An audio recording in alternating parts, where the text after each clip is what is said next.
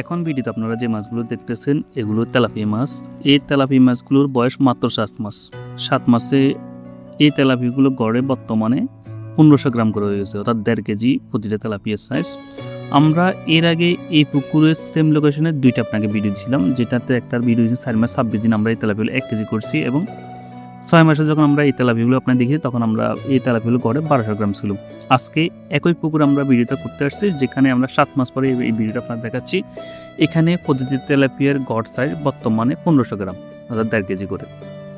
আমরা এখানে সম্পূর্ণ নতুন একটা শ্বাস পদ্ধতি ব্যবহার করছি, যে নিজস্ব উৎপাদিত একটা প্রযুক্তি। সাধারণত আপনারা যে কাপ ফলিকালচার এবং যে তেলাপিয়া ফলিকালচার শ্বাস সম্পর্কে জানেন, যে একর প্রতি অর্থাৎ 100% পুকুরের মধ্যে 5000 সাদা প্রজাতির মাছ, রুই, কাতাল, বিকেট, কার্প, গ্লাস কাপ, কালীবাউস মাছগুলো দেওয়া হয় এবং 10,000 করে তেলাপিয়া দিয়ে শ্বাস করা হয়, অর্থাৎ একর প্রতি 15,000 দুইটা মাছকে মিক্স করে দিয়ে শ্বাস করা হয়। এটা একটা জনপ্রিয় পদ্ধতি, সারা বিশ্বে এই শ্বাস পদ্ধতি প্রচলিত আছে।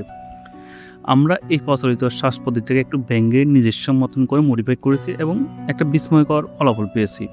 আমরা আশা করতেছি আমাদের স্বাভাবিক পুকুরের তুলনায় এই পুকুরের লাভের অংশটা দ্বিগুণ হবে।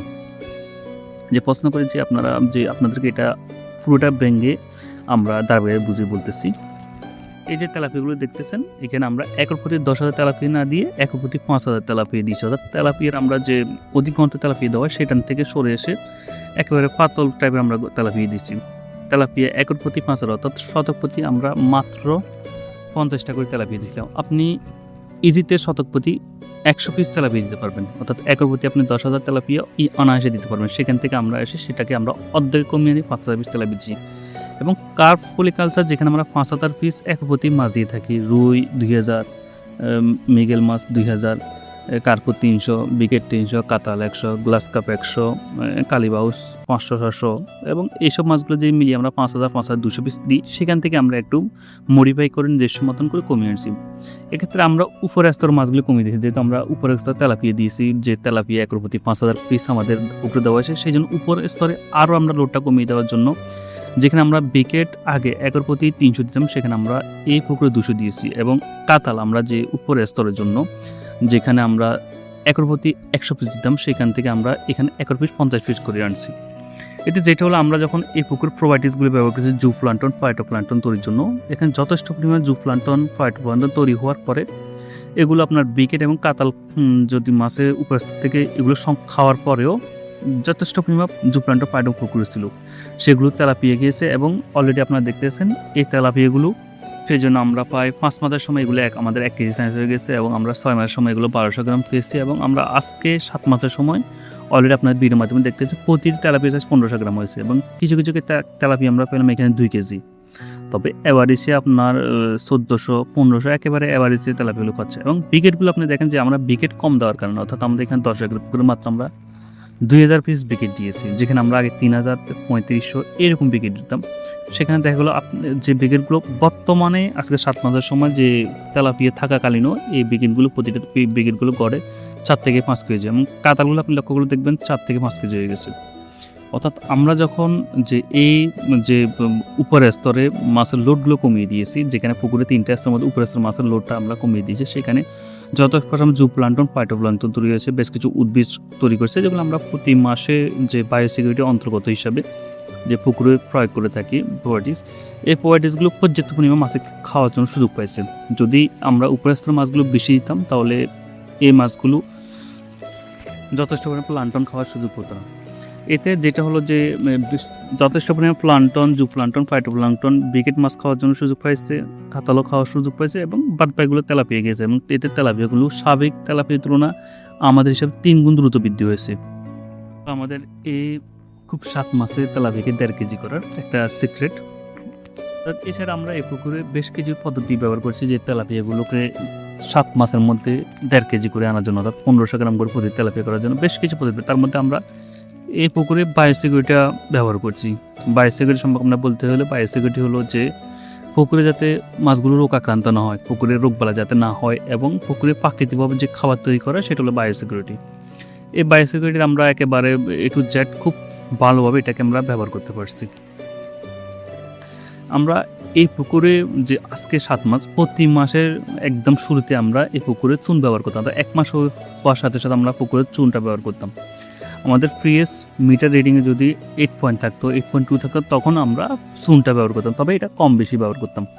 যখন আমাদের পুকুরে পিএস পরিমাপটা একটু বেশি থাকতো তখন আমরা চুনটা ব্যবহার করতাম, যে পাউডার চুনটা, এবং যেটা আমরা পিএসটা যদি কম থাকতো আমরা সেখানে যে সরাসরি আপনার যে পাথরের চুন সেটা ব্যবহার করতাম। এবং এই পরবর্তীতে আমরা যাতে আমাদের এই মাছগুলোতে উকুনে আক্রান্ত না করে বা কোনো পরজীবী আক্রান্ত না করে, সেই জন্য আমরা চুন দেওয়ার পরের দিনই প্যারাসাইটটা ব্যবহার করতাম। তারপর 1 দিন বা 2 দিন গ্যাপ দিয়ে আমরা পুকুরে জীবাণুনাশক ব্যবহার করতাম, যাতে আমাদের পুকুরে ভাইরাস, ব্যাকটেরিয়া কিংবা ফাঙ্গাল অথবা সাত্রাস জাতীয় কোনো রোগ যেন আক্রান্ত না, সেই জন্য ব্যবহার করতাম। এবং তারপর 2-3 দিন পর আমরা প্রোবায়োটিক্স ব্যবহার করতাম। প্রোবায়োটিক্সগুলো আমরা খেয়াল রাখতাম যাতে 15 দিন পর ব্যবহার করতাম।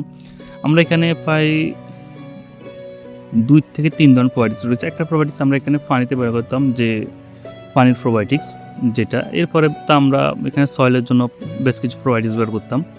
এবং সর্বশেষ আমরা একটা নিজস্ব ঘরোয়া উপায়ে একটা কম্পোস্ট তৈরি করতাম। তবে কম্পোস্টগুলো বেশ কিছু আমরা উপাদান নিতাম, বিশেষ করে আটা, খোল এবং ভুসি ব্যবহার করতাম, সেখানে সীতাগুট এবং কয়েকটা আমরা প্রোবায়োটিক্সকে মিল করে 3 থেকে 4 দিন রাখতাম। পাশাপাশি ইউরিয়া এবং যে টিএসপি সারকে ফুঁসিয়ে 2-4 দিন রাখে একসাথে মিক্স করে তখন আমরা পুরো পুকুরে ছিটিয়ে দিতাম।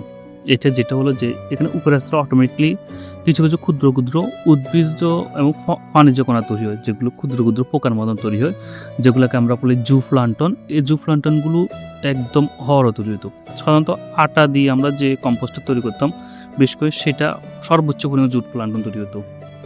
এবং জুফ্লান্টনগুলো তেলাপিয়া সবচেয়ে প্রিয় খাবার। এতে তেলাপিয়াগুলো আপনারা দেখতে পাচ্ছেন যে অলরেডি ভিডিও দেখেন যে হৃষ্টপুষ্ট ওদের তেলাপিয়ার গায়ে যথেষ্ট পরিমাণ মাংস আছে। মূলত যখন কোনো মাছ আপনার জুফ্লান্টন অথবা ফাইটোপ্লান্টন খেয়ে বড় হবে, তখন মাছগুলো স্বাভাবিক মাছ তুলনায় হৃষ্টপুষ্ট বড় হবে। এবং আমরা যেহেতু প্রতি মাসে এই পুকুর চুনটা ব্যবহার করতাম, সেখানে এক ধরনের মাছের জন্য যথেষ্ট ক্যালসিয়াম তৈরি হয়েছে। আপনাদেরকে আমরা বলে রাখি যে চুনের মধ্যে চুন এমন একটা জিনিস, সেখানে 70% ক্যালসিয়াম আছে। আর মাছ আছে ক্যালসিয়াম খুবই গুরুত্বপূর্ণ। যখন পুকুরে পর্যাপ্ত পরিমাণ ক্যালসিয়াম থাকবে, তখন মাছের যে মাঝখানের যে কাঁটা থাকে অর্থাৎ মেরুদণ্ড থাকে, যেটা আমরা কাঁটা বলি, মাঝখানে যে শক্ত কাঁটা থাকে সেটা মোটা হবে। আপনি যত বেশি পুকুরে ক্যালসিয়াম দিতে পারবেন তত বেশি মাছের কাঁটাটা মোটা হবে, এতে মাছের ওজনগুলো বৃদ্ধি হবে।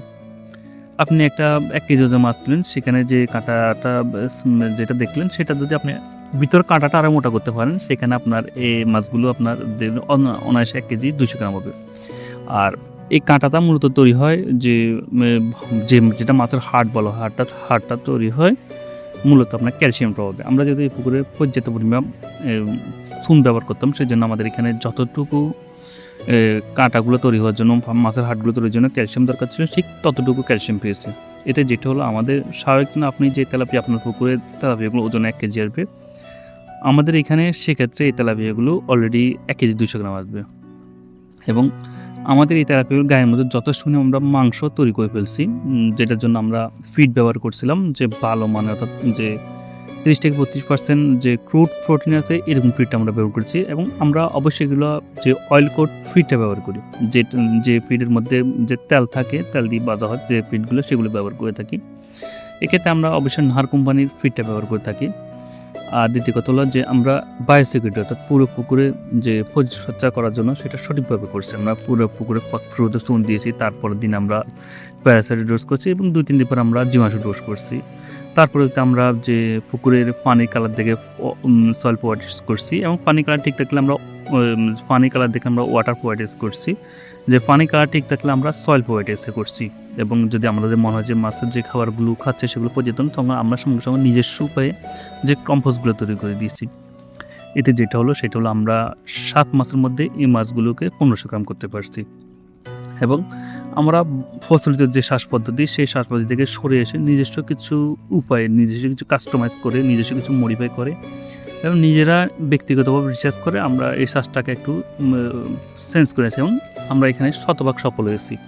প্রথম আপনারা চাইলে আপনারা শ্বাস করতে পারেন যে আপনারা ঘনত্বটা একটু কমিয়ে দিই, অর্থাৎ একর প্রতি আমরা যে সিস্টেমটা আগে বোর্ড দেখেছি সেখান থেকে একটু নিজস্ব মডিফাই পদ্ধতি ব্যবহার করে, অর্থাৎ বিকেল আমরা যেখানে 300 বলছি সেখানে আমরা 200 দিয়ে, কাতাল যেখানে আমরা 100 বলছি সেখানে 50 পিস দিয়ে, এবং তেলাপিয়া যেখানে আমরা একর প্রতি 10,000 পিস আগে শ্বাস করতাম সেখানে আপনি 5,000 পিসে শ্বাস করে দেখতে পারেন এবং আশা করি ভালো একটা ফলাফল পাবেন।